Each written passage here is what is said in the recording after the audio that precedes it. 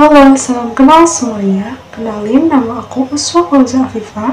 Aku dari Prodi Bahasa dan Sastra Perancis Universitas Gadjah Mada, angkatan 2023. Di sini aku mau nyeritain ke kalian tentang novel berbahasa Perancis yang pernah aku baca. Judul novel ini adalah Belle Amie karya Guy de Maupassant. Pertama-tama, aku mau ngenalin ke kalian tentang siapa itu Guy de Maupassant atau yang biasa dikenal dengan nama Maupassant.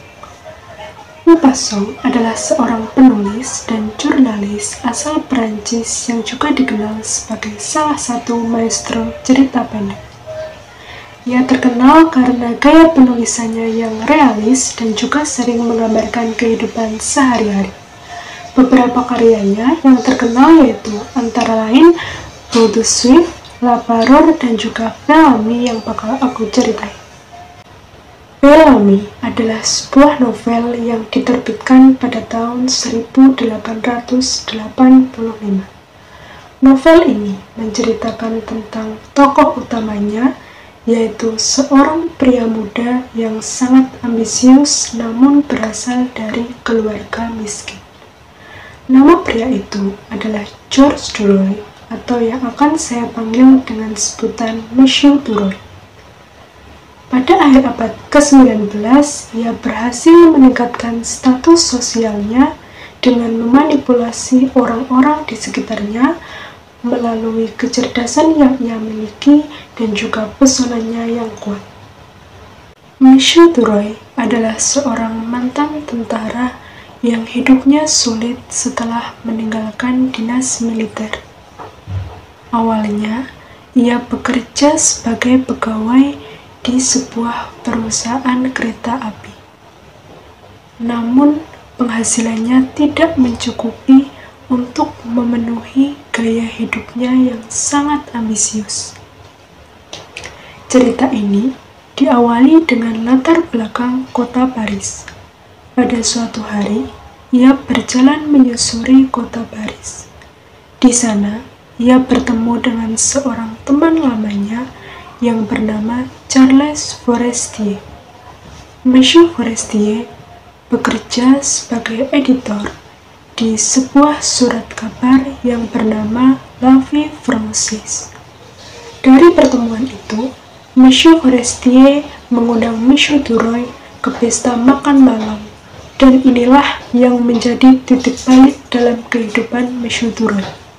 Di pesta tersebut, Monsieur Duroy bertemu dengan istri dari Monsieur Forestier yang bernama Madeleine Forestier, serta sejumlah orang penting dari kalangan media dan juga politik. Madame Forestier adalah seorang wanita yang cerdas dan berpengaruh.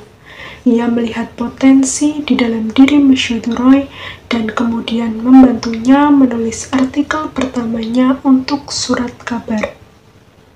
Artikel tersebut ternyata sukses dan Monsieur Duroy mulai bekerja sebagai jurnalis. Namun, awalnya kesuksesannya tidak didapatkan murni hanya dari bakat menulisnya, melainkan dia memanfaatkan pesonanya untuk mendapatkan dukungan dari wanita-wanita kaya dan berpengaruh. Monsieur Duroy menyadari bahwa wanita-wanita yang kaya dan berpengaruh itulah yang dapat membantu ambisinya. Kemudian ia memulai hubungan pacaran dengan Clotilde Lembarel, seorang wanita yang telah menikah dan terus menggunakan relasi-relasi pribadinya untuk menaikkan posisinya di dunia pers dan juga politik. Bahkan saat Monsieur Forestier meninggal karena sakit, Monsieur Duroy melihat ini sebagai kesempatan untuk menikahi Madame Forestier yang juga memiliki kekuatan besar di dunia jurnalisme. Ia berhasil menikahinya, namun pernikahan mereka tidak bahagia dikarenakan Monsieur Duroy semakin rakus akan kekuasaan dan kekayaan. Dalam perjalanannya, Monsieur Duroy terus memanipulasi dan mempermainkan orang-orang di sekitarnya. Bahkan, ia terlibat dalam hubungan dengan istri-istri tokoh-tokoh penting demi keuntungan pribadinya.